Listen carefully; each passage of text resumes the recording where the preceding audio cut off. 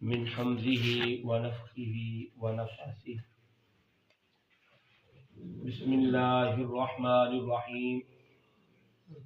وأنفقوا في سبيل الله ولا تلقوا بأيديكم إلى التهلكة وأحسنوا إن الله يحب المحسنين. صدق الله العظيم. اللہ رب العزت کی راہ میں خرچ کرو. وَلَا تُلْقُوا بِأَيْدِيكُمْ إِلَى التَّهْلُكَةِ، اور اپنے ہاتھوں کو ہلاکت کے اندر نہ ڈالو. وَأَحْسِنُوا،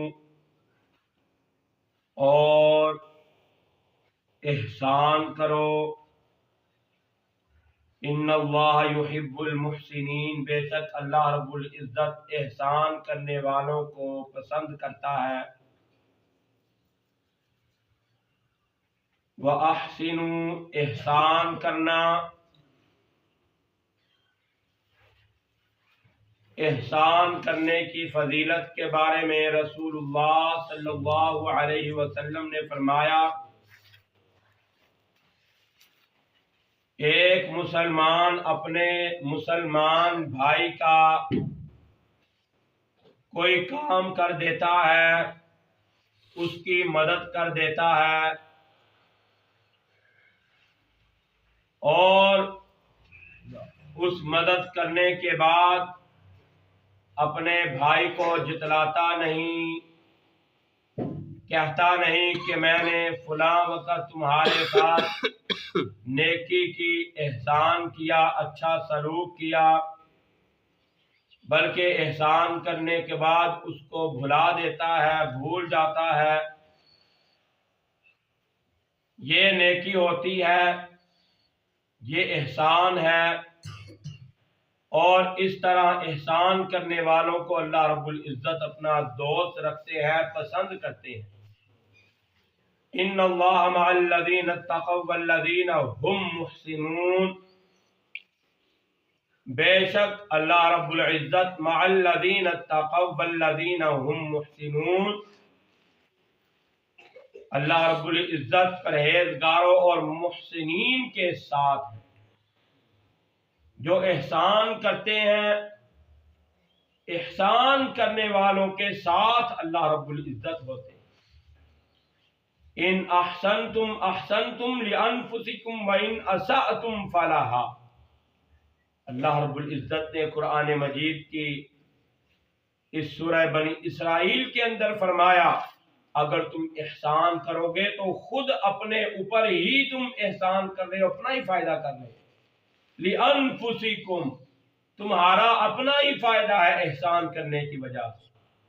وَإِنْ أَسَأْتُمْ فَلَهَا، اگر تم نے برائیاں کی تو بھی تمہیں ہی، اپنے جان پر ہی تم ظلم کرتے ہو، اپنے اوپر ہی تم نے ظلم کیا. انسان اگر برائی کرتا ہے، گناہ کرتا ہے، تو وہ اپنی جان پر ظلم کر رہا ہے. اگر نیکی کرتا ہے، نماز پڑھتا ہے، ذکر و اذکار کرتا ہے، بھلائی کے کام کرتا ہے، تو انسان کے نفس کو، اپنے آپ کو ہی فائدہ ہے اس کا. کسی پر احسان کرتا ہے، احسان جتلاتا نہیں، کسی کی مدد کرتا ہے، خیر خواہی کرتا ہے کسی کے ساتھ، تو اس نے اپنا ہی فائدہ کیا ہے. اس لیے هل جزاء الاحسان الا الاحسان، اللہ رب العزت نے سورہ رحمان کے اندر بھی ارشاد فرمایا، هل جزاء الاحسان الا الاحسان، احسان کا بدلہ احسان کے علاوہ کیا ہو سکتا ہے. اس لیے احسان کرنا یہ بہت بڑی نیکی ہے. مسلمان کی مدد کرنا، ضرورت کے وقت ایک مسلمان کی جو اس کی ضرورت ہو اس کو پورا کر دینا، یہ اس پر احسان ہوتا ہے. اور اس پورا کرنے کے بعد اس نیکی کو بار بار جتلانا نہیں چاہیے. نبی کریم صلی اللہ علیہ وسلم نے فرمایا، جو انسان احسان کرنے کے بعد جب موقع آتا ہے احسان کو جتلاتا ہے، اس کو یاد کرواتا ہے کہ بھائی فلاں وقت میں نے تیرے ساتھ نیکی کی تھی، میں نے تجھے پیسے ادھار دیے تھے، فلاں وقت میں نے تیرے ساتھ فلاں معاملہ کیا تھا، تو پریشان تھا، تو مصیبت کے اندر تھا، میں نے تیری مصیبت کو، تیری پریشانی کو دور کیا تھا، آج موقع ہے، آج میں جو ہوں بہت زیادہ تنگ دست ہوں، اس لیے تو مجھے میرے پیسے واپس لوٹا، یا اس طرح کے معاملات اور باتیں بنا بنا کر کہتا ہے کہ میرا فلاں کام کر، میں نے تیرے ساتھ احسان کیا تھا۔